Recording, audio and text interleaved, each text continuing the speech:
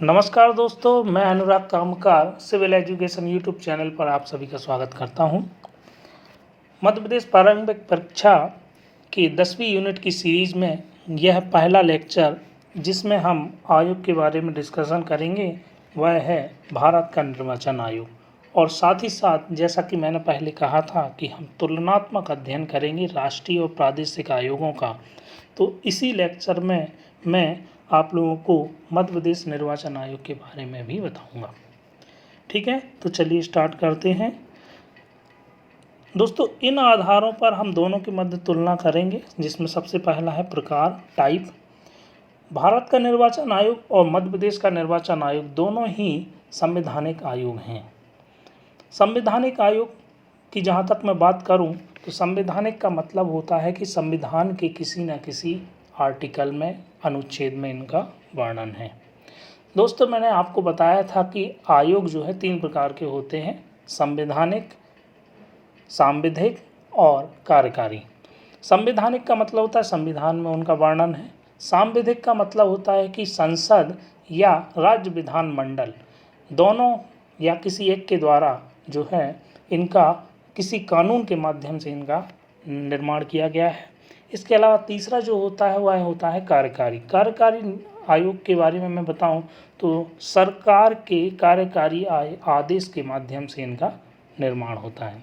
ठीक है, तो ये जो निर्वाचन आयोग हैं वह दोनों ही संवैधानिक आयोग हैं। संवैधानिक आयोग हैं तो इनका संविधान में कहाँ पर वर्णन है, तो भारत का निर्वाचन आयोग जो है संविधान के भाग 15 में आर्टिकल 324 से 329 तक इसका वर्णन है। वहीं राज्य निर्वाचन आयोग की मैं बात करूं तो यह पंचायतों के लिए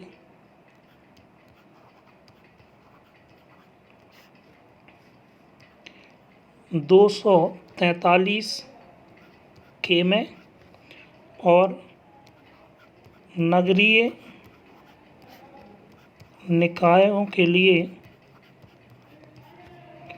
243 ZA में इनका वर्णन है। ठीक है, ओके।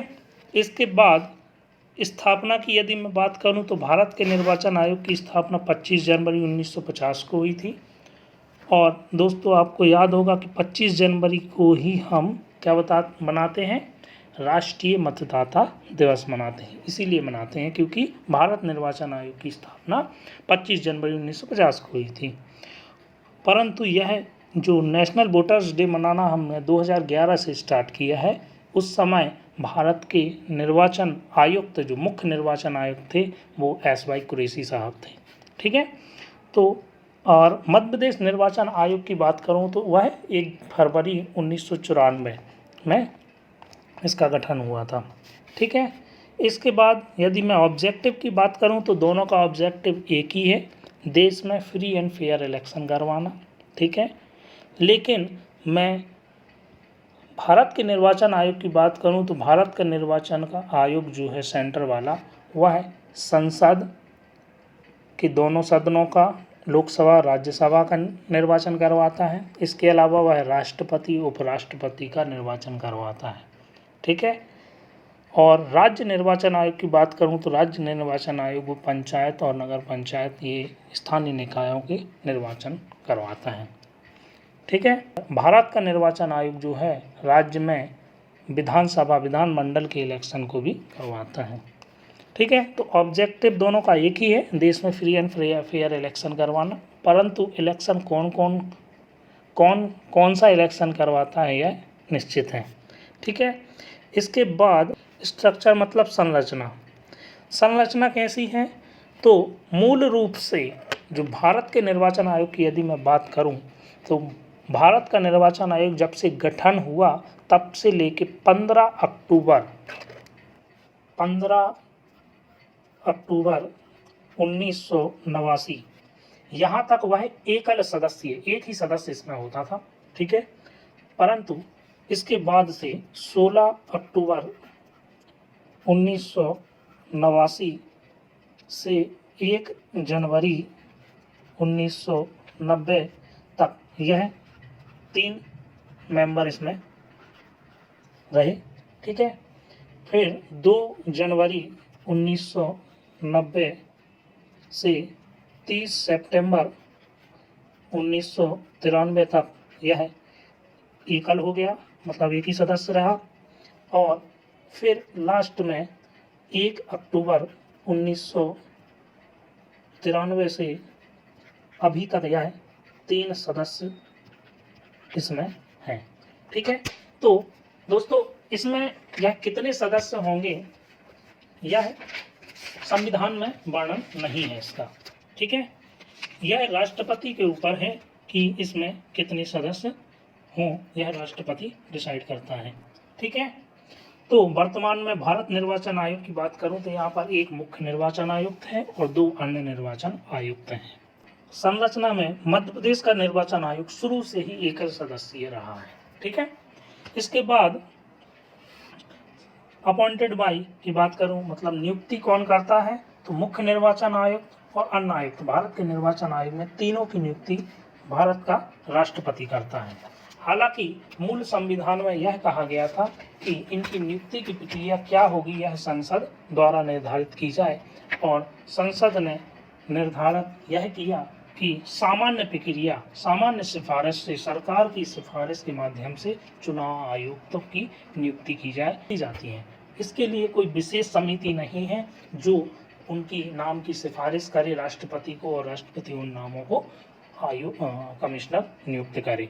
ठीक है, वहीं राज्य की बात करूं तो राज्य में गवर्नर साहब जो है इनकी नियुक्ति करते हैं।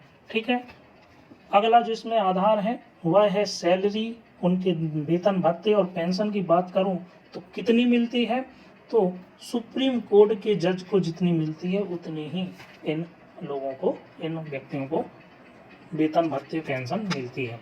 वहीं राज्य की बात करूं तो राज्य में हाई कोर्ट के जजेस के बराबर जो है वेतन भत्ते पेंशन मिलती है। वेतन भत्ते पेंशन कहाँ से मिलते हैं, तो मैं बात करूंगा भारत की संचित निधि से। संचित निधि से भारत के निर्वाचन आयोग को कहाँ से मिलेगा, भारत की संचित निधि से, और राज्य के निर्वाचन आयोग में जो होगा उसको कहाँ से मिलेगा, राज्य की संचित निधि से मिलता है। इसके बाद अगला जो आयाम है वह है टेन्योर। टेन्योर मतलब होता है कार्यकाल। कार्यकाल कितना रहेगा, तो तीनों का जो है 6 वर्ष या 65 वर्ष आयु, जो भी पहले हो जाए वह रहेगा। उसी प्रकार मध्य प्रदेश के राज्य निर्वाचन आयोग की बात करूं तो वहाँ पर कार्यकाल 6 वर्ष और 65 वर्ष, जो भी पहले हो जाएगा वह कंप्लीट हो जाएगा।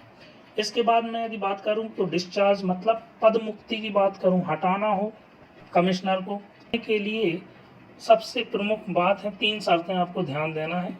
प्रमुख ये है, हटाने का जो आधार होगा वह होगा अक्षमता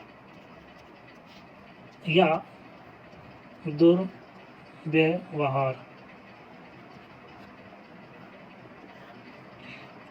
दूसरी जो शर्त है, विशेष बहुमत से पारित होना चाहिए संकल्प, विशेष बहुमत से संसद में पारित होना चाहिए।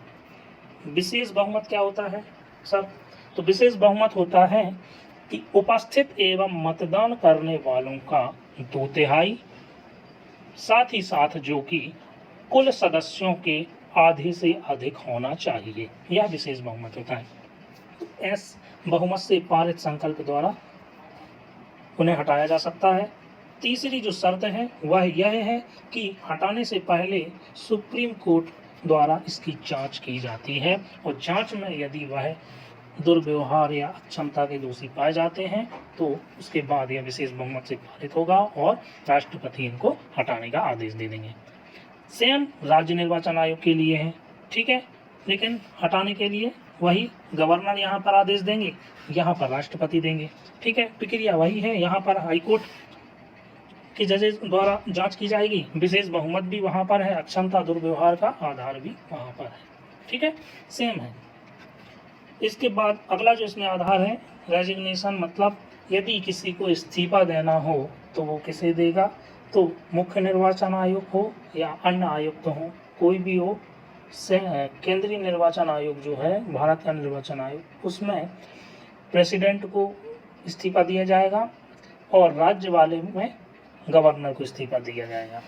इसके बाद यदि मैं बात करूं तो इनकी अर्हता की बात करूं, जो सदस्य हैं, आयुक्त हैं या मुख्य आयुक्त हैं, इनकी अर्हता, एलिजिबिलिटी क्या होगी इस पद के लिए, तो मूल संविधान में किसी भी प्रकार का, ना ही वर्तमान में किसी भी प्रकार की अर्हता की चर्चा नहीं की गई है। कोई भी व्यक्ति को जो है चुनाव आयोग में आयुक्त के पद पर नियुक्त किया जा सकता है। इसके बाद अगला जो आयाम है वह रीअपॉइंटमेंट। ठीक है, यदि पुनर्नियुक्ति की संभावना है तो बिल्कुल है, यहाँ पर राज्य में भी है और केंद्र में भी है, दोनों जगह पुनर्नियुक्ति हो सकती है, पुनर्नियुक्ति पर कोई रोक नहीं है। ठीक है, अब कुछ प्रीलिम्स के लिए हिसाब से फैक्ट हैं। तो पहला जो मुख्य निर्वाचन आयुक्त था भारत का, वह थे सुकुमार सेन, और मध्य प्रदेश में थे एन.वी. लोहानी साहब। ठीक है, पहली फीमेल महिला मुख्य निर्वाचन आयुक्त की बात करूं तो वी.एस. रमा देवी जी पहली भारत की महिला निर्वाचन आयुक्त थी, मुख्य निर्वाचन आयुक्त थी। मध्य प्रदेश में अभी तक कोई भी महिला आयुक्त, निर्वाचन आयुक्त नहीं बना है। ठीक है, वर्तमान में जो मुख्य निर्वाचन आयुक्त हैं उनकी बात करूं तो सुशील चंद्रा साहब अभी वर्तमान में है, और मध्य प्रदेश में बसंत प्रताप सिंह जो है अभी वर्तमान में मुख्य निर्वाचन आयुक्त है मध्य प्रदेश राज्य निर्वाचन आयोग के।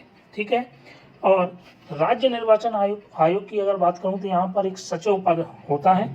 तो पहला जो सचिव था वह प्रकाश चंद्रा पहले सचिव थे, और वर्तमान में जो सचिव है वो बी.एस. जावेद साहब वर्तमान में सचिव पद पर आसीन है।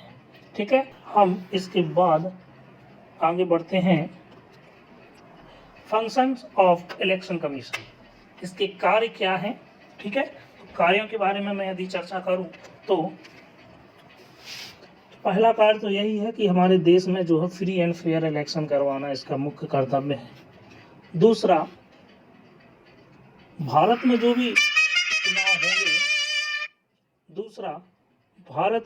जो भी चुनाव होंगे उनका सुप्रिटेंडेंट, डायरेक्ट और कंट्रोल, मतलब निरीक्षण, निर्देशन और नियंत्रण करवाना इसका कर्तव्य है। इसके बाद भारत के निर्वाचन आयोग, चाहे राज्य की बात हो चाहे वो केंद्र वाली बात हो, ठीक है, निर्वाचन की जो डेट है, इलेक्शन की डेट घोषणा करेगा। इसके बाद जो भी उम्मीदवार अपना नामांकन पत्र भरेंगे उसको चेक करना, ठीक है, आचार संहिता का निर्माण करना, और यदि कहीं निर्वाचन के दौरान पोलिंग बूथ का कैप्चर हो जाता है या फिर हिंसा हो जाती है या फिर अन्य प्रकार की अनियमितताएं आती हैं तो उस स्थिति में चुनाव को कैंसिल कराने का भी यह कार्य इसका है। ठीक है, इसके बाद कोई भी राजनीतिक दल को रिकॉग्नाइज करना और उसको चुनाव चिन्ह, राष्ट्रीय राजनीतिक दल की मान्यता देना और उसको चुनाव चिन्ह का अलॉटमेंट करना, यह भी निर्वाचन आयोग का कार्य है। इसके अलावा इलेक्टोरल रोल, मतलब जो हमारी मतदाता सूची होती है उसका निर्माण भी इलेक्शन कमीशन द्वारा किया जाता है। इसके अलावा कभी भी निर्वाचन के दौरान निर्वाचन से संबंधित जो विवाद होते हैं उन विवादों से को सुलझाने के लिए यह अधिकारियों की नियुक्ति भी कर सकता है। इसके अलावा जो सांसद, यदि किसी भी कारणवश उसकी अर्हता पर प्रश्न उठता है तो उस स्थिति में वह सांसद होगा तो राष्ट्रपति को, और यदि विधायक होगा तो वह गवर्नर को सिफारिश भी कर सकता है। ठीक है, और चुनाव के दौरान, चूंकि चुनाव आयोग में तो केवल 3 मेंबर हैं और राज्य में तो केवल 1 ही मेंबर है, तो वो तीनों लोग या एक अकेला व्यक्ति पूरा चुनाव नहीं करवा सकता। इसके लिए वह क्या करता है कि सरकार से, मतलब प्रेसिडेंट से, और राज्य में वह गवर्नर से कर्मचारियों की मांग करता है कि हमको इतने कर्मचारी चाहिए। ठीक है, तो वह वर्कर्स की जो रिक्वायरमेंट है उसकी डिमांड कर सकता है। और जब कभी किसी राज्य में राष्ट्रपति शासन लगा होता है तो राष्ट्रपति शासन के दौरान यदि ऐसी स्थिति हो गई हो कि चुनाव वहां पर कराया जा सकता है या नहीं कराया जा सकता है तो इसकी सिफारिश भी चुनाव आयोग करता है। ठीक है, तो इतने हमारे चुनाव आयोग के पावर और शक्तियां हैं। ठीक है, ये बहुत इम्पोर्टेंट है, ये मेंस में भी हमारे काम आएंगी और MCQ में भी ये पूछे जा सकते हैं, तो इसलिए ये सारे इम्पोर्टेंट हैं। इसके बाद हम देखते हैं कि चुनाव से संबंधित जो समितियां बनाई गई हैं समय समय पर सरकार द्वारा सिफारिश के लिए, वो कौन कौन सी समितियां थी। तो सबसे प्रमुख रूप से के संथानम कमेटी थी, ठीक है, 1962 में बनाई गई। इसके बाद तारकोंडे समिति 1974 में, फिर सिकधर कमेटी 1981 में, इसके बाद गोस्वामी समिति 1990, TN शेषन की अध्यक्षता में कमेटी बनी थी 1992 में, फिर बोहरा समिति 93, इंद्रजीत गुप्ता समिति 1998, फिर तलखा कमेटी 2010 में, रेड्डी समिति 2011 और वर्मा समिति 2013 में बनाई गई। ठीक है, अब कुछ समितियों द्वारा जो महत्वपूर्ण सिफारिश की गई, इन सिफारिश को भी कई बार प्रश्न के रूप में पूछा जा सकता है, इसीलिए हम देखते हैं कि तारकुंडे समिति जो बनाई गई थी, उसने सिफारिश की थी कि जो वयस्क मताधिकार की जो एज है, वयस्क मताधिकार की जो एज है उसको 21 से घटाकर 18 वर्ष कर दिया जाना चाहिए। ठीक है, इसके अलावा चुनाव में EVM का उपयोग करना चाहिए और वोटर मतदाता की जो फोटो युक्त पहचान पत्र का उपयोग हमको करना चाहिए। ये 3 प्रमुख रूप से सिफारिश तारकुंडे समिति द्वारा की गई थी। इसके बाद जो दिनेश गोस्वामी समिति है वह क्या थी, उसने क्या कहा था कि इलेक्शन जो है, यदि पोस्ट खाली हो जाती है, पद खाली हो जाता है किसी वजह से, तो खाली पद होने की डेट से लेकर 6 महीने के अंदर जो है वहाँ पर इलेक्शन कराए जाने चाहिए। ठीक है, इसके बाद इंद्रजीत गुप्ता समिति बनाई गई। इंद्रजीत गुप्ता समिति ने क्या कहा था कि लोकसभा और राज्यसभा के चुनाव का खर्चा सरकार द्वारा वहन किया जाना चाहिए। ठीक है, ये प्रमुख सिफारिश थी, हालांकि उसको माना नहीं गया अभी तक। और इसके अलावा के संथानम समिति जो बनी थी, उसने यह कहा था कि इलेक्शन कमिश्नर जो होते हैं, चुनाव आयुक्त होते हैं, वह पद समाप्ति के बाद, कार्यकाल समाप्ति के बाद वह राज्य में या मतलब केंद्र में या राज्य में कहीं भी जो है पुनर्नियुक्ति के पात्र हों, ऐसी उन्होंने सिफारिश की थी के संथानम समिति ने। ठीक है, इसके अलावा कुछ अदर फैक्ट्स हैं जो प्रीलिम्स के हिसाब से महत्वपूर्ण हैं, जो कि मैंने आपको जैसे ये पहला बताया था, नेशनल वोटर्स डे 25 जनवरी को 2011 से हम मना रहे हैं SY कुरैशी के इनिशिएटिव पर। ठीक है, इसके अलावा जो वयस्क मताधिकार की जो तारकुंडे समिति ने सिफारिश की थी कि एज घटा के 21 से 18 कर देना चाहिए, उसको सरकार ने मान लिया और 61वें संविधान संशोधन 1988 के माध्यम से यह चेंज किया गया था। ठीक है, इसके अलावा जो भारत का निर्वाचन आयोग है उसका हेडक्वार्टर नई दिल्ली में है।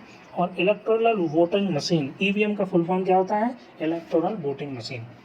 ये फुल फॉर्म भी पूछ लेते हैं। VVPAT क्या होता है, voter verified paper audit trial. ठीक है, इसके बाद EVM की यदि मैं बात करूं तो सबसे पहले जो है विधानसभा, बिहार के इलेक्शन में, विधानसभा इलेक्शन में यूज़ किया गया था। ठीक है, और वर्तमान में राष्ट्रीय राजनीतिक दल कितने हैं, तो 8 राजनीतिक दल हैं। और पहला एंग्लो इंडियन मुख्य निर्वाचन आयुक्त जो हुए थे वो J. लिंगदेव हुए थे, और पहले मुस्लिम मुख्य निर्वाचन आयुक्त जो है वो SY कुरैशी साहब थे। ठीक है, तो ये कुछ अदर फैक्ट्स थे। इसके अलावा जो हमने ये लिस्ट दी हुई है वीडियो में, आप सभी लोग एक बार देख लेना कि भारत के निर्वाचन आयोग का आयुक्त जो मुख्य निर्वाचन आयुक्त रहे हैं कौन कौन रहे हैं, कब उनका कार्यकाल रहा है, ये इसमें आप देख लीजिएगा। ठीक है, और ये पूरे हैं अभी तक 24 में, जो अभी वर्तमान में है वो सुशील चंद्रा, वो 24वें नंबर के मुख्य निर्वाचन आयुक्त हैं। ठीक है, उसी तरह मध्य प्रदेश के भी मैंने ये लिस्ट दी हुई है यहाँ पर। ठीक है, मुख्य निर्वाचन आयुक्त और सचिव की भी मैंने लिस्ट दी हुई है, ये आप लोग देख लीजिएगा, एक नज़र देख लेना। कई बार कभी क्वेश्चन यदि टकरा गया, बाई चांस पूछ लिया तो आपका ही भला हो जाएगा इसमें। ठीक है, तो जैसा कि मैंने पहले आपको बोला था कि लेक्चर कंप्लीट होने के बाद मैं क्विक रिवीजन करवाऊंगा 5 मिनट में, तो क्विक रिवीजन स्टार्ट करते हैं। तो सबसे पहले भारत का निर्वाचन आयोग जो है उसका टाइप ही है संवैधानिक। यह संविधान में इसका जो है भाग 15 में आर्टिकल 324 से 29 तक इसका उल्लेख है। इसकी स्थापना 25 जनवरी 1950 को हुई थी और इसका उद्देश्य यही है कि भारत में फ्री एंड फेयर इलेक्शन करवाना। इसके अलावा इलेक्शन जो है वह उनका निर्देशन, निरीक्षण और कंट्रोल रखना।